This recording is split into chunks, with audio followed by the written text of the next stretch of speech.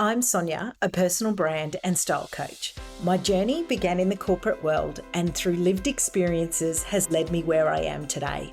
I've walked in those uncomfortable shoes, faced the same challenges and questioned my path to professional success while simultaneously navigating my personal style journey and the challenges that each decade brings. I wholeheartedly believe in the fusion of personal brand and style strategy. My mission here is to provide you with practical, actionable strategies and lived experiences to help you unlock your next level of success through the power of personal brand and style. Let's get started. Welcome back to another insightful episode of the Style and Strategy podcast. Today, I have the privilege of sitting down with the lovely Jo Clark, who's a presenter, coach, and mentor, specializing in guiding women over 40 and above through major life transitions. Jo's journey from an accomplished educator, including roles as principal, senior teacher, and now to her current passion in supporting women through midlife challenges, is both inspiring and transformative. With her dedication to empowering women to lead purposeful, energized, and healthy lives in their second half of life, Jo brings a wealth of experience and wisdom to our conversation today. Jo, welcome to the Style and Strategy podcast.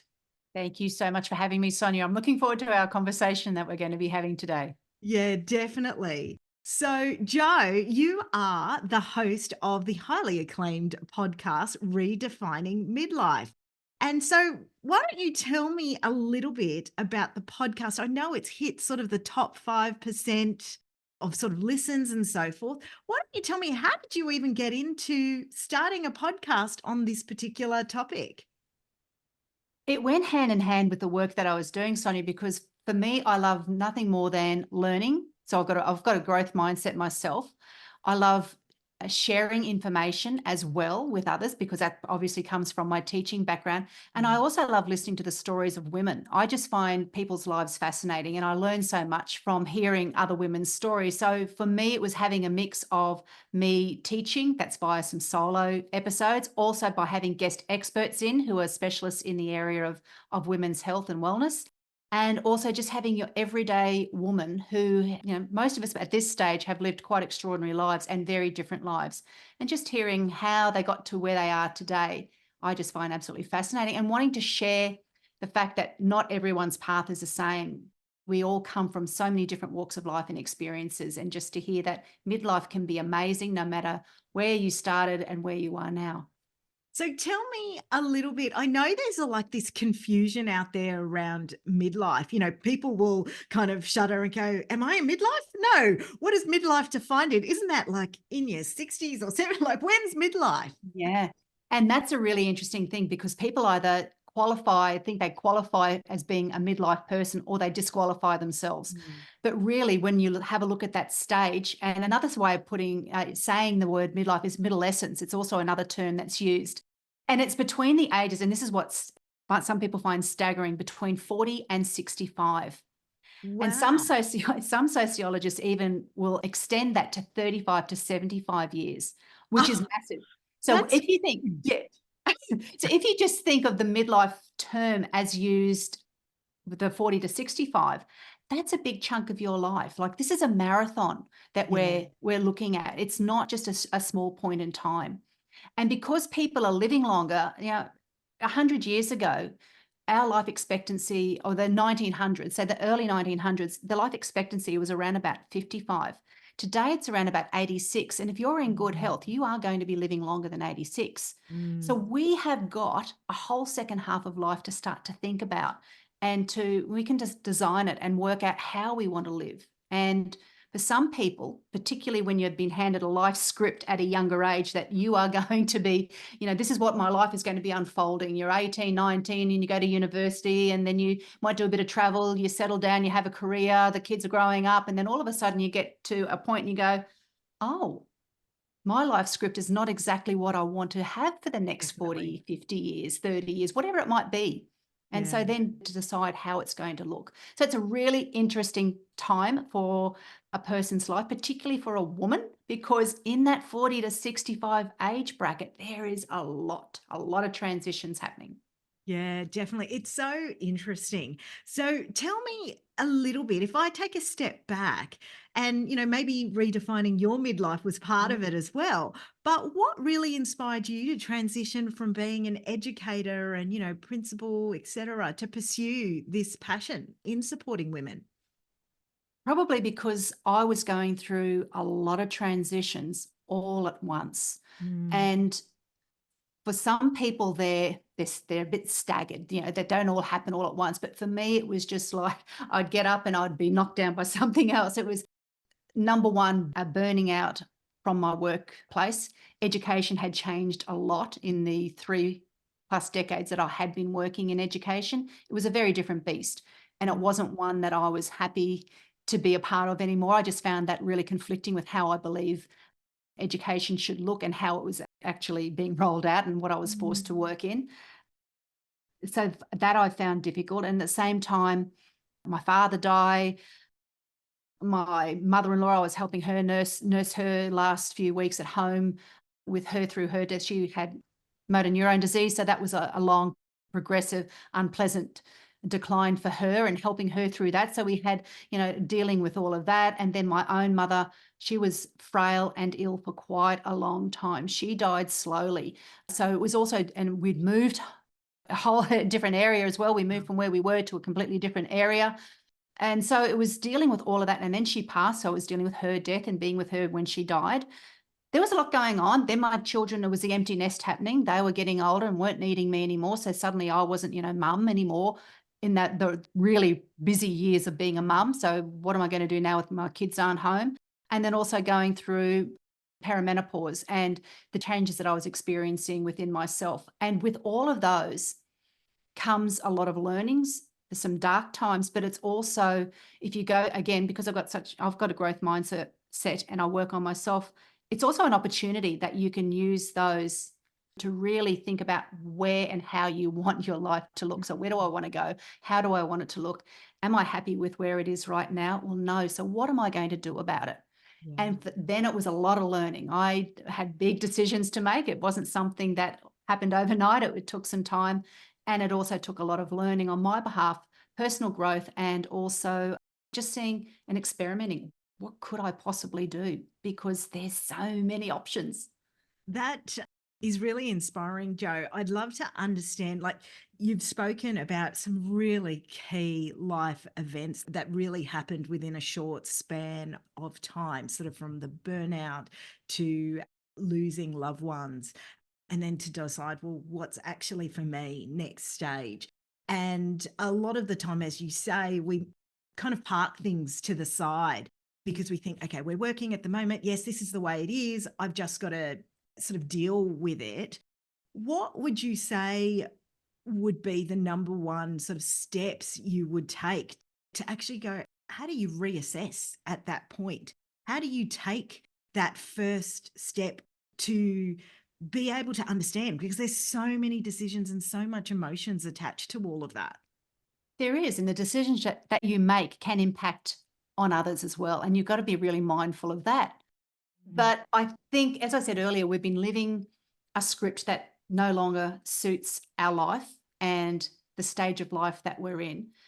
And we've been on a treadmill. A lot of women will identify with this, is that it's busy. Your 30s and your 40s, and, to a certain extent, your 50s, they're super busy. You've got a lot of moving parts.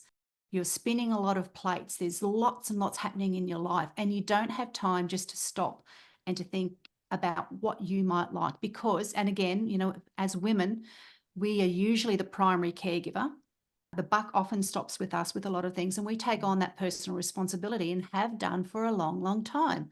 And so the needs of everybody else, whether it be family, friends, work, they all come first, and you put yourself down the bottom. So really the first thing that you've got to do, which isn't easy, again, because it's something that's we've lived with for a long time, is to find some time and space for yourself. And there's no one who's going to tell you what to do and be buyer aware if they do. Uh, you really, it's finding some tools and a structure that you can start to work through. And for me, again, because I'm an educator, I like to research and I like to look at things and to find out what can work and what was working for me. And now what I find works for the ladies that I have in my world. It's just one small step at a time, but find that time and space and ask yourself that big question. And you won't know right away. Maybe you've got an inkling, but really just spend time with yourself. It's not indulgent. It is a necessity. Particularly, as I said, midlife goes for a very long time. We're going to be, God willing, alive for decades yet to come. So you don't want to rush it. Yeah, that's right. I think taking that time out, for self-care yourself to Yeah. actually even just think without someone at you at either Yes. side all the time becomes really, really important.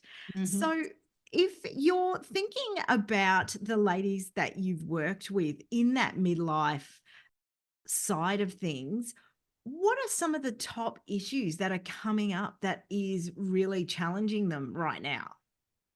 There's nagging feelings that something's not quite right. They're not really happy. They can't put their finger on what it is, but they know they want to change. They don't know how to change, where to start, what to do, what might come next. So for them, there's, what do I do? How do I get going? Like, what's most important? How do I prioritize? And it's looking at different parts of their own life that they may not have had the time nor the headspace to think about. Yeah. And so it's bringing awareness to a lot of those areas as well. And for women, again, in this middle-age group, and again, if we talk about 40 through to the 50s, we're talking about major changes within our own bodies, going through perimenopause and then postmenopause, how that looks. So it's dealing with, for a lot of women, a variety of symptoms that take them totally by surprise, and a reckoning that you are changing. You are no longer a young woman, you are becoming an older woman. And with that, your body starts to look different. It starts to feel different.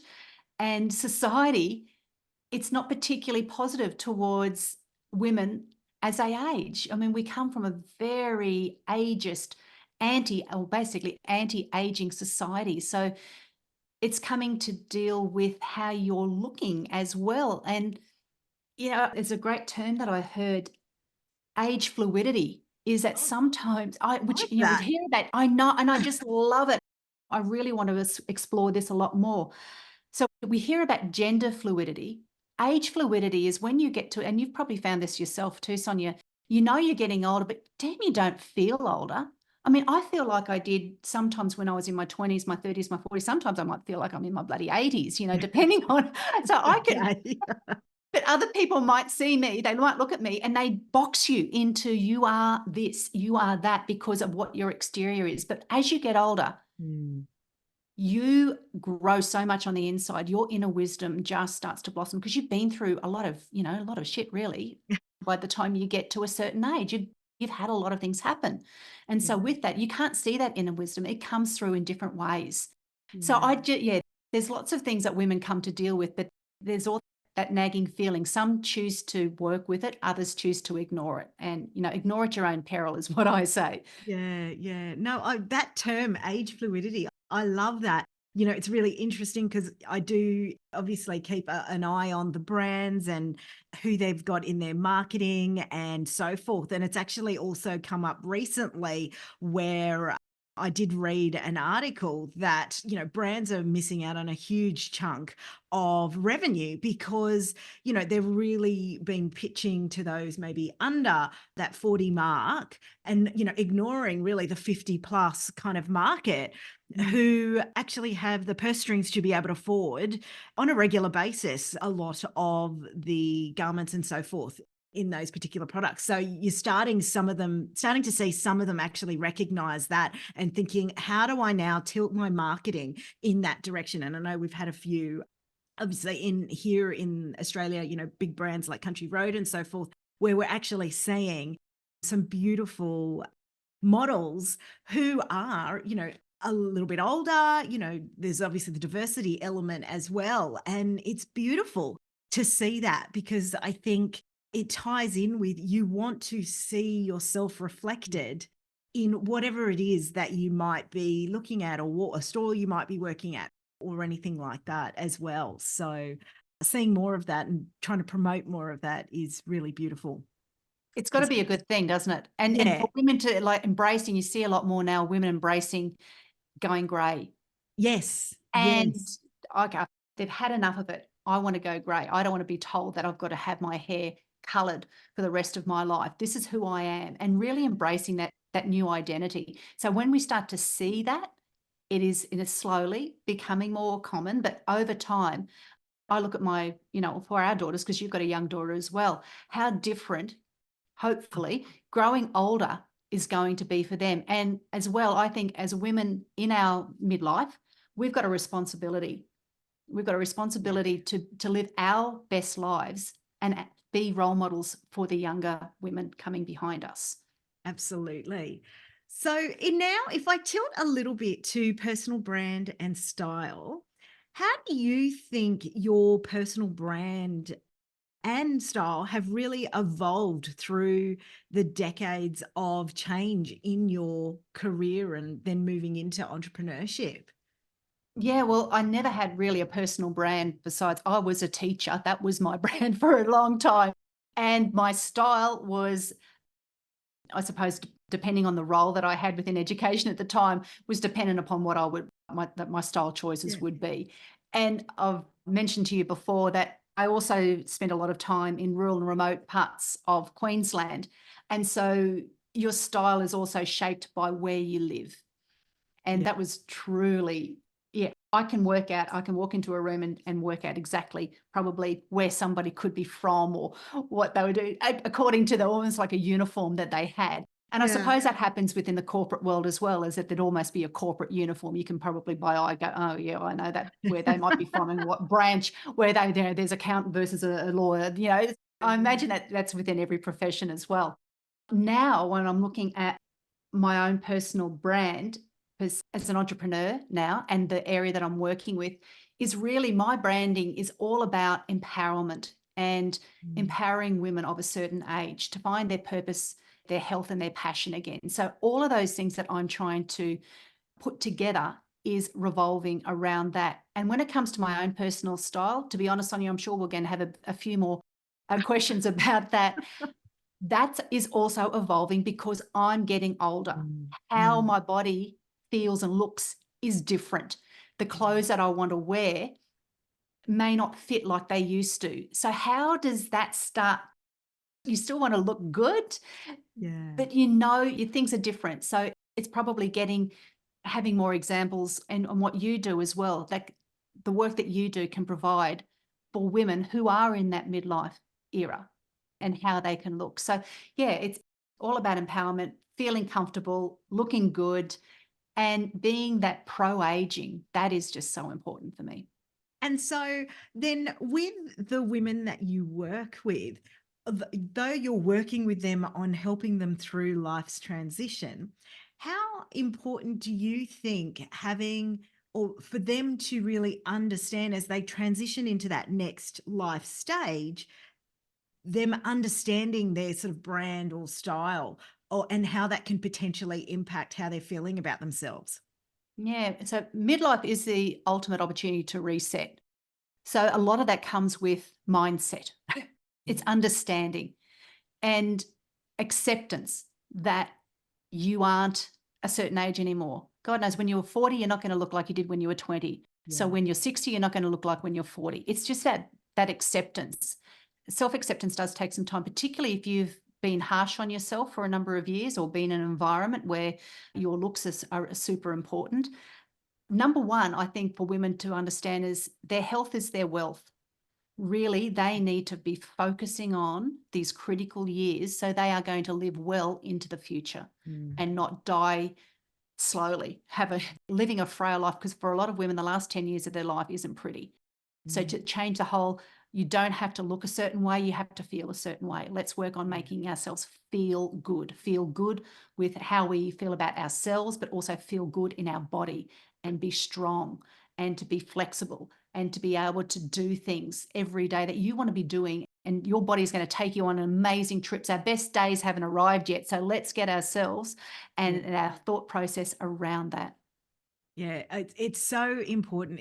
I guess I imagine it or I visualize it actually as like a bit of a pie chart to some extent to go, well, we've got our brand, we've got our style, but if I don't have all these other pieces kind of lined up as well, so it's the holistic you, it can just really, it means you're never reaching that full potential of what that future could really look like for you and setting yourself up for success. That's so true. It's like this is an opportunity for all people in midlife, but I'm talking specifically for women, to do almost like an inverted commas, an edit of your life. Like we've accumulated, our earlier years is accumulating things. And you get to the point where you go, do I really need all of that? And so when I work with ladies, it's to work out, well, do you really need all that? What's going to be working for you? And let's start small. It's those bite-sized chunks. So for example, in my membership, we look at micro habits and to fit in, try to find, everyone comes with different health needs, different lifestyles, time constraints and so forth. So let's work on some micro habits. Let's work on a recipe that's for you.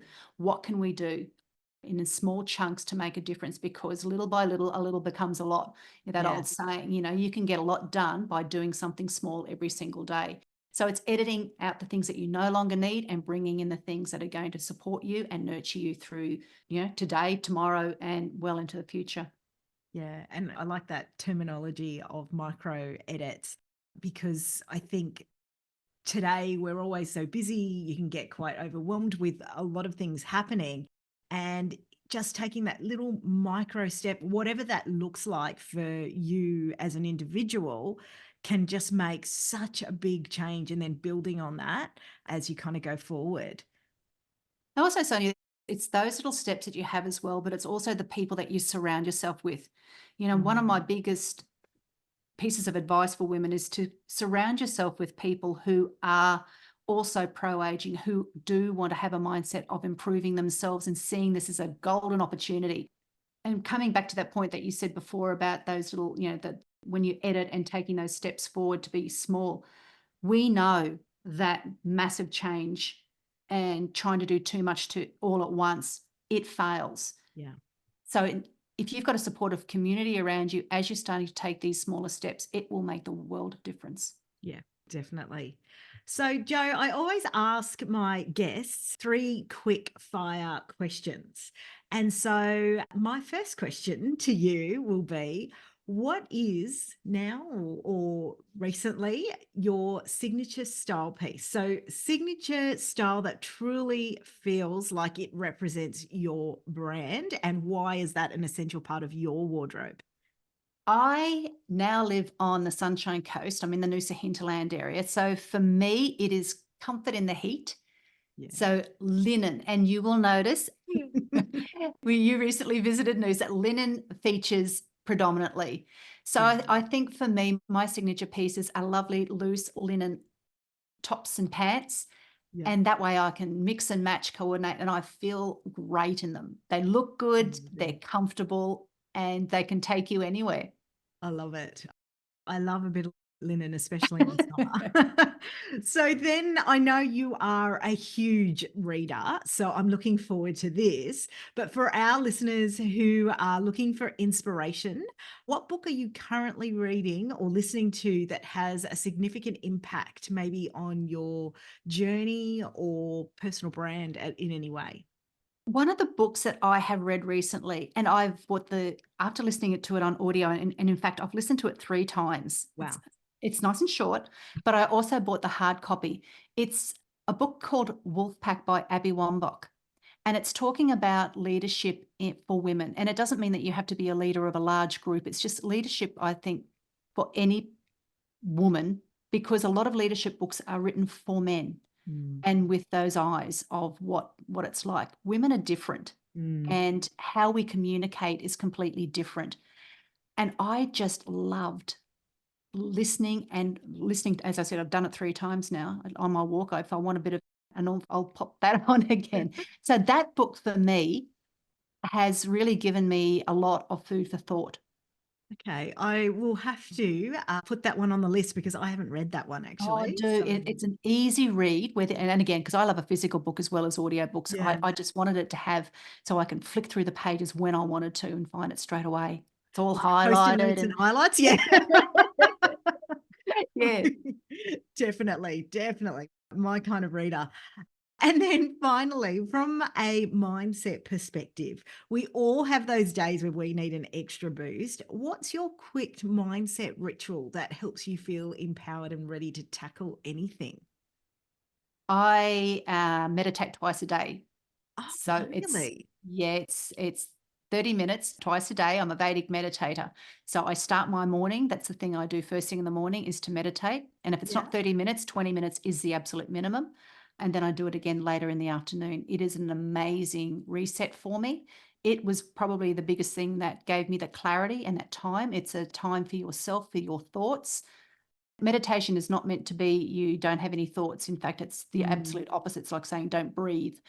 It's just naturally going to happen. So for me, meditation, without a doubt, hands down. And so, for the listeners who maybe aren't familiar with that form of meditation, how do you spell? Is it Vedic? Vedic, Vedic, Vedic meditation. It is a very old form of meditation that came from India. It is mantra based. You have to be taught by a teacher who has been taught the ancient wisdoms of Vedic, or of the Vedas, which Yeah. are the books from India. And you have a personalized mantra that you don't disclose to anybody. Your teacher will give that to you. So when my husband and I both learned meditation at the Yes. same time, we've never disclosed our mantra to each other. And since then, we've also been given an advanced mantra, which takes you into an even deeper meditation or meditative state. And there's no way that either of us would disclose. We tell each other everything, or just about everything, but that is that one is off the table. We would never disclose our mantra. Oh, I love that. I have Mm. never heard of that style. So I think that would be very interesting for It some of is. my Yeah. listeners to look into. Joe, so tell me, if someone would love to get in touch with you and find out more how you can help them sort of navigating, redefining their midlife, how would they find you? I'm on Instagram at Joe Clark Coaching. I am also on LinkedIn. I'm on Facebook as well, and my website, joeclarkcoaching.com. And of course, your amazing podcast. Oh, my podcast. Thank you for reminding me. My podcast, Redefining Midlife. You can find that on all the major platforms as well. Amazing. Thank you so much, Joe, for sharing your wisdom and really opening our eyes to what midlife really is and some of those transformational changes that can actually happen through that time. My favorite thing to talk about, Sonya, and thanks so much for having me on today. Take care. You too. Thank you so much for being part of this inspiring episode. If you found value in today's discussion, please don't keep it a secret. Share it with a friend on social media, tag me at Your Style Collective, and leave a review. Your support means the world. Join me again next week for another empowering episode of Style and Strategy, the Leadership Series. Thanks so much for tuning in. And remember, you're already taking that first step towards your transformation journey. See you next time.